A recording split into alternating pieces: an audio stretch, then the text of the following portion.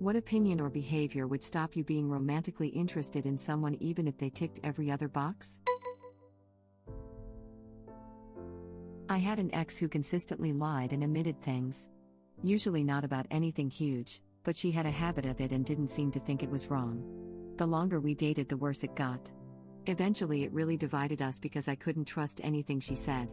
From then on, if I discovered I was with someone who lied often as a tactic, to get what they want, to avoid consequences, etc., that was pretty much the end of the relationship for me. I had a 3-year relationship with someone who lied about literally everything. It was a total mind F because it took me a long time to realize that he was lying all the time, about even tiny things. I left him because of this, but it broke my bloody heart as we had a fun life together. In time I realized you can't be with someone like that, just no integrity at all. A girl told me she had been engaged 6 times. She was 29. I know things happen. But that's a lot of things. Really want to know what each of those things' breaking point was. I know things happen. But that's a lot of things rings. FTFY. When she has more rings than LeBron. If the person you are dating makes you feel small. Not in a physical sense, but like you're less than them. I've learned that's my first sign to book it out of there. A guy I met who liked me and I didn't like back was like that. He'd say things like, "You have surprisingly nice legs for no exercise, I am an active person but WTV," or he'd say things like, "Seriously? You can cook? I can't believe that." He was adamant I give him a chance. This is the main reason I didn't. Sounds like negging. Minimizing my accomplishments. I knew this woman, and if I said something like, "I got a promotion at work," instead of saying that it was great and that I was great at my job, she'd say something like, "Yeah, well, didn't you say Bill has really been helping you out with stuff?" Or if I said, "I finally beat an Ironman run of XCOM 2," she'd say, "I wish you'd find a more productive hobby." I wish you'd find a more productive hobby. Like fashioning some stirrups for her high horse. Listen, Lady XCOM is draining. I worked hard at this. Productive hobby. Does she understand that the point of a hobby is like, for the fun of doing the task? Like, who the hell picks a hobby based off of how productive it is? Or rather, solely because of that, rather than it also being enjoyable. I bet she's fun at parties. Edit. Guys, I'm not saying a hobby can't be productive, only that people pick hobbies because they're enjoyable to them. Aw, that's a rotten feeling to be proud of something and want to share it and then they just say it's not any good. My boyfriend plays Warhammer, Edit 2, the PC one, Warframe, RuneScape and many other I never played. I have no clue about those games, but he really likes sharing accomplishments or struggles with me. BF, look, I got this great hard to get armor. Me, that looks nice, how did you get it? And then he glows like a 4-year-old as he tells me about this hard stuff he had to do to get it. I love it, would recommend asking questions about it. Edit, thanks for the award. It's my first, smiling face with hearts. Edit 2, thanks for the other awards, sparkles, sparkles. Being condescending. I hate it. It makes me angry. Be nice to people. Except they may not be as knowledgeable as you on a subject. Don't condescend. I had an ex who was, not exactly condescending, but he never once said, "Oh really?" I didn't know that. In 5 years of relationship. He always knew everything, even when it was obvious he didn't. Edit, holy crap guys, thanks for all the awards. Did not expect my megalomaniac ex to indirectly get me so many awards. Laughing out loud. People like this are unbearable. But this is fairly obvious, to be honest, and I already knew it. Puts me down. Hours have passed, arms shaking, sweat pouring down his face. So, sweetie pumpkin? Are you ready to get down yet? Like takes you to the vet to die? Yeah, that should probably be pretty high up the list. Hoarding. I made this mistake once. I got into a relationship with a hoarder. I eventually realized that her deeply dysfunctional relationship to objects extended to the people around her. I was not an actual person, I was just another acquisition that was acquired and subsequently treated shabbily. I'm not sure if this is common, but I won't take the chance again. I just imagine you're sent to a room with like 50 other guys and they all say in unison, "Another one?" Like this. YouTube link. Before I even clicked, I said it better be the milkman sketch. I wouldn't say that's necessarily a common thing. My mom is a hoarder and she definitely loves the people in her life. However, a lot of hoarders are undiagnosed autistic ADHD, and treatment of people like objects is often brought up in assessment criteria. It doesn't always mean they don't care about the person, but that they don't know how to express it. My mom is autistic and the way she expresses her love is very atypical. It's not easy to have a hoarder in your life though, and I wouldn't date one. My mom's hoarding has been varying degrees of serious. It gets worse when she's depressed, and it can be so frustrating to watch someone you love do that to themselves. She'll ask for help, but won't accept it, and when it gets to the point that she's crying over a coat hanger I threw out, I know that I need to back off and just be there for her, rather than trying to tidy her house. Hoarding is so complex and so effed up, and it hurts everyone involved. If they don't even attempt to get along with my friends, or watching videos on your phone, volume all the way up at a restaurant, on a double date. Believe or not, I dated a guy that did both, and I cringe thinking back on it. Edit. I just want to say thank you for all the awards in the comments. It's the first time I've gotten awards, so I'm super gracious and I love them all. When anyone cranks up their tinny phone speakers in public, I cringe so hard even thinking about those situations. Extreme materialism. Oh, this is it for me. I admit that I do consider myself a minimalist, but if people can't prioritize their finances because they need to live beyond their means, that's not hot. Never holding my hand or not having any non-sexual physical contact. Edit. Wow, thank you guys for all the awards. It never occurred to me that this would bug me. But at the end it made me feel like she didn't care about me, and only wanted to F me. He told me he would much rather make small talk with a stranger than have a deep conversation with good friends. I don't know why I didn't see it before, but that described perfectly why we never connected on a deeper level after being together for 2 years. We tried, but I couldn't make it work after that realization. Edit. Since this kind of blew up, I would like to add he is still one of the nicest people I know. We were friends for years before we started dating, and we still keep in contact now. He did tick a lot of boxes for me, but not that, for me personally, really important one. It was a tough decision to make, but I know we can both find someone else who will make us happier. Thanks for all the interesting stories and comments you guys shared as well. I try to respond, but it's a lot. Know that I've read it all and appreciate it. Weirdly, it sounds like you finally had an almost deep conversation and he turned out to be a veritable stranger. If only he had stuck to his original rules. Nicely worded. There's poetry in the strangest places on Reddit.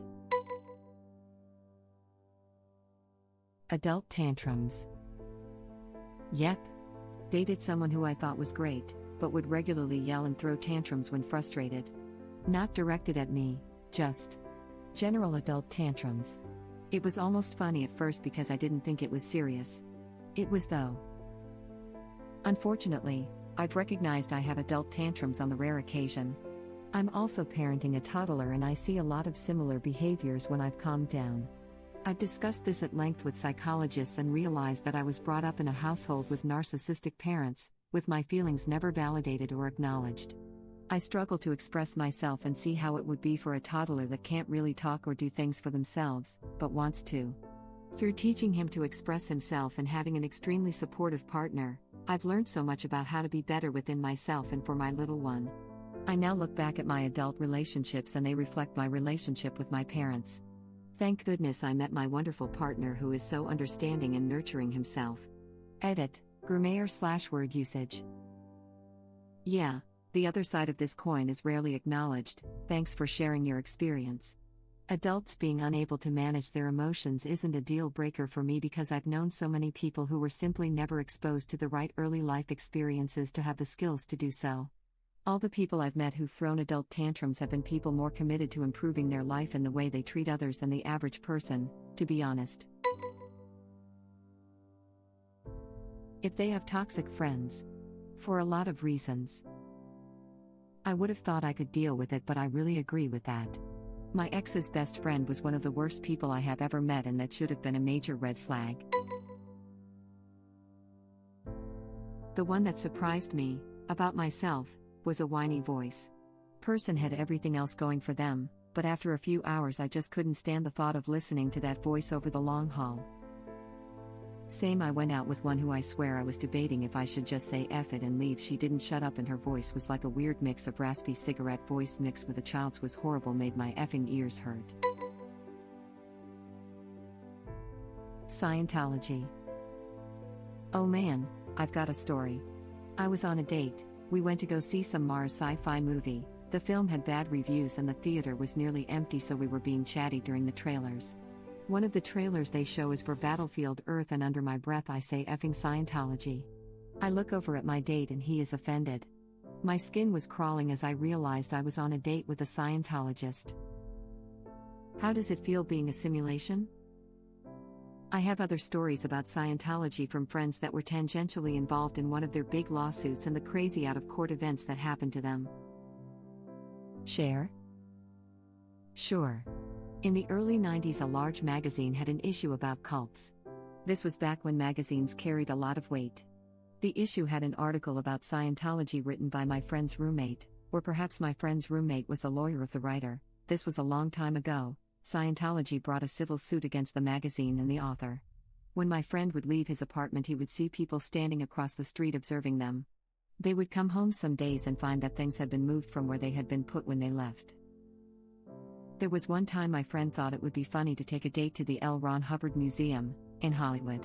They were on the guided tour. Everybody gets at the museum when suddenly a man steps out of a side door and whispers something to the tour guide, and she turns to my friend and says, "Mr. his last name, how can we help you?" What's really crazy about that is they must have had cameras at the door and then a book of enemies that whoever watched the cameras would go through for every single person that walked in the door. And my friend wasn't even involved in the lawsuit other than that they were roommates. They have a book of suppressive people that circulated, with the most relevant people being at the front. The podcast Oh No, Ross and Carrie has a long investigation into the church and had similar experiences of being recognized in Scientology buildings they had never been in before. So they're an intelligence agency? That's not good. What's really concerning about Scientology is that they use people who are members that hold government positions to do their bidding against their enemies. If I recall correctly, they had a Scientologist judge file to get the lawyer defending one of the lawsuits disbarred/sanctioned, for example. They infiltrated the IRS. They're the most culty cult that I've ever heard of, aside from maybe Jonestown. Scientology is terrifying. Everything else other people have mentioned on this thread and more. They use auditing sessions to get confessions and your darkest secrets to use against you if you ever try to leave or anything. I feel like don't date cultists should be number one on the list of dating tips. Throws arms up, now you tell me. On my first date with my current girlfriend, we went to a jazz bar and both got drunk, so we wanted to go get tacos a few blocks down. On the way there was the Church of Scientology offering free tours. We both laughed at the sign and decided to go take the tour. Took a full tour with the guide and still was never told WTF Scientology even was. Then we went to the Solo Museum and watched the hilarious poorly made videos supporting Scientology. Scientologists don't support drugs. He said he would love me forever if I smoked crack. It ruined my life until I turned to the Church of Scientology. It was the best date I've ever had in my life. Also, since we stopped there, we got to the taco shop late, and turns out the best taco place in the city has half-price tacos after 10 p.m. To top it off, we walked around the center of town's Christmas lights. This was only last December. That night was magical. Jazz, ironic Scientology, discounted tacos sounds like the perfect first date. You hit the jackpot, friend. Hashtag find Shelly Miscavige, another good reason to not date/marry one. Edit. Thanks for tip. I agree. I've always thought Scientology was some weird crap. However, I've been watching Leah Remini's documentary about it on Netflix this week, and I've learned so much horrible crap about what the church does to people. That was such a great series. F Scientology. Yeah, that one girl from that 70s show went from crush to creep very quickly when I read an interview when she went full Scientology. being obsessed with social media or needing to document everything all the time and project a perfect version of their life. I had a boss like this.